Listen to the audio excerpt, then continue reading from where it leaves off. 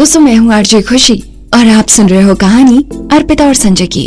अर्पिता हर तरह से कोशिश कर चुकी थी, इस बार तो भगवान भी उसकी मदद नहीं कर रहे थे। मित्तल कॉर्पोरेशन ने हर साल होने वाली डिजाइन एग्जीबिशन की जो तारीख रखी थी वो पास आती ही जा रही थी।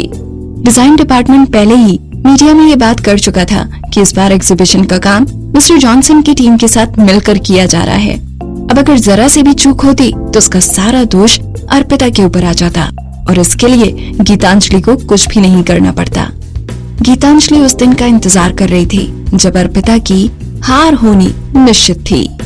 ऑफिस में अर्पिता मिस्टर जॉनसन की फाइल लेकर वापस अपनी सीट पर आ गई। वो अपना सर नीचे करके मिस्टर जॉनसन और उनकी टीम के बारे में सारी इन्फॉर्मेशन को ध्यान से पढ़ने लगी। साथ ही साथ उसने दूसरे एम्प्लॉयज को भी मिस्टर जॉनसन को लगातार कॉल करते रहने के लिए कहा। सुपरवाइजर अर्पिता, अभी तक कोई भी खबर नहीं मिली है, अब हम क्या करेंगे? सेक्रेटरी अर्पिता के पास आई और चिंता करते हुए बोली। अर्पिता फाइल पढ़ने में खोई हुई थी। तभी उसने सर उठाकर देखा।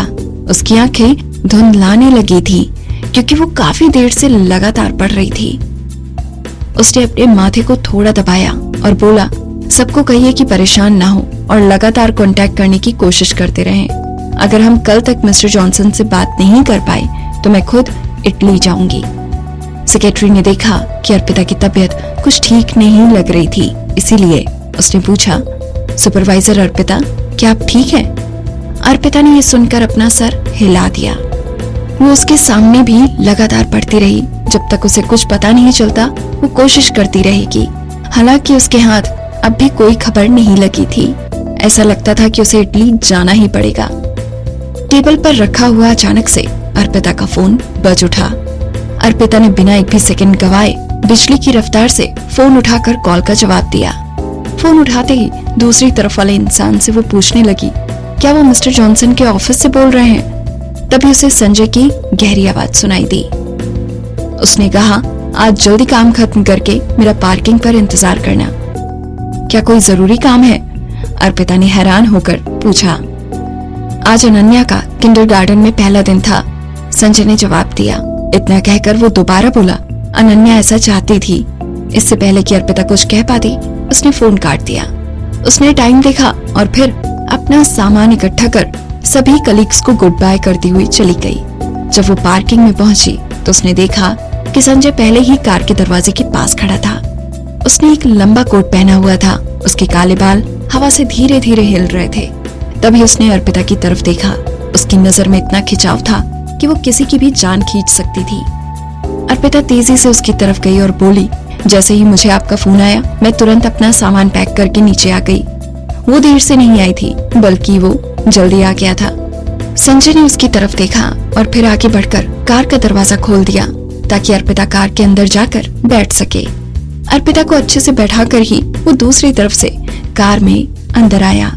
अर्पिता को तब होश आया जब कार काफी आगे बढ़ चुकी थी। संजय ने अभी अभी उसके लिए कार का दरवाजा खोला था। उसके अंदर इतनी अच्छी आदतें कब से आ गई थी? असल में ये बच्चे के माता पिता का फर्ज था कि वो बच्चे को स्कूल छोड़ें और वापस लेकर जाएं। शायद उसे डर था कि लोग उसे गलत समझेंगे अगर वो अर्पिता के साथ अच्छे से पेश नहीं आएगा। अर्पिता ने धीरे से अपना सर घुमाकर संजय की तरफ देखा। संजय को देखते देखते उसके दिमाग में ख्याल आया, मिस्टर संजय, क्या आप इटली में किसी को जानते हैं? संजय ने धीरे से कहा, उसकी आवाज दिल में घर करने वाली थी। उसने अर्पिता की तरफ देखा। उसे ऐसा लग रहा था कि अर्पिता उससे कुछ पूछना चाह रही थी। अर्पिता उसके चेहरे की तरफ बिना देखे हुए ही बोलती गई, अचानक मिस्टर जॉनसन से कोई कांटेक्ट नहीं हो पा रहा है। मैं चाहती थी कि किसी को उनके एड्रेस पर भेजकर उनके बारे में कुछ पता लगाया जाए। उनका पता हमारे पास रखी उनकी पर्सनल इंफॉर्मेशन में है। बात नहीं हो पा रही है? संजय ने हैरानी से अर्पिता की तरफ देखते हुए कहा।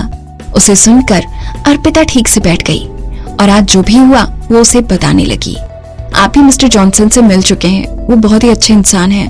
अगर काम में कुछ गड़बड़ हो तो वो हमें पहले से ही बता देते। वो बिना कुछ कहे ऐसे ही गायब नहीं हो जाते। मुझे चिंता है कि उनके साथ कहीं कोई दुर्घटना ना हो गई हो। तो तुम चाहती हो कि मैं तुम्हारी मदद करूं? उसने अर्पिता की बात सुनकर उसकी तरफ देखते हुए कहा। एक सुंदर खिलते फूल की तरह अर्पिता मुस्कुराते हुए उसकी तरफ मुड़ी और जिस तरह अनन्या अपनी बात प्यार से मनवाने के लिए करती थी, बिल्कुल वैसे ही संजय से बोली, मिस्टर संजय, मैं जानती हूँ आपके लिए ये बहुत छोटा सा काम है। असल में मैं खुद इटली जाना चाहती थी, पर अगर आप किसी को मिस्टर जॉनसन का पता लगाने के लिए भेज सकते तो इससे काफी परेशानी टल जाती। सिर्फ हमारा पब्लिक रिलेशन डिपार्टमेंट ही नहीं, बल्कि डिजाइन डिपार्टमेंट के लोग भी उनके बारे में किसी खबर का इंतजार कर रहे हैं। हर कोई मित्तल कॉरपोरेशन का भला चाहता है और मिस्टर संजय मित्तल के लिए मेहनत करता है। मैं जानती हूँ आप सबको इस तरह चिंता करते हुए नहीं देख सकते। अपनी बात खत्म करके अर्पिता संजय की तरफ देखने लगी। उसने हर तरह से अपनी बात समझा दी थी। अब तो संजय को उसकी बात माननी ही पड़ती। वो ऐसा करने के लिए जरूर तैयार हो जाएगा। संजय ने कुछ पल अर्पिता की तरफ देखते हुए कहा, ये तुम्हारा काम है, और ठीक से कहूँ तो ये तुम्हारा काम है, पर अपने शब्दों में मुझे उलझाकर मेरी पावर का इस्तेमाल करके तुम अपनी मदद करवाना चाहती हो।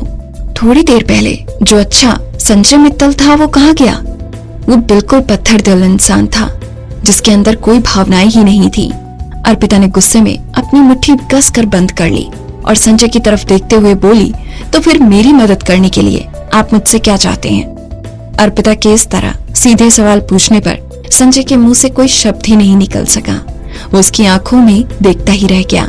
फिर अचानक अपना ध्यान हटाकर वो बोला, मैंने अभी तक कुछ सोचा नहीं है, जब मैं सोच लूंगा मैं तुम्हें बता दूंगा। क्या इसका मतलब वो उसकी मदद करने के लिए तैयार था?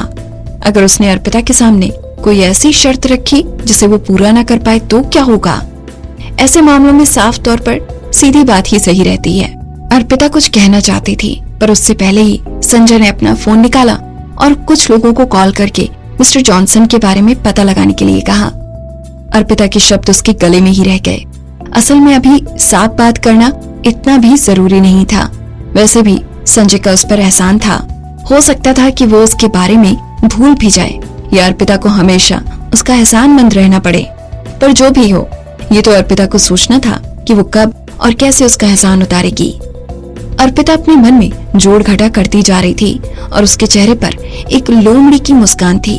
जैसे ही उसने अपना सर ऊपर उठाया, उसने देखा कि संजय उसी को घूर रहा था।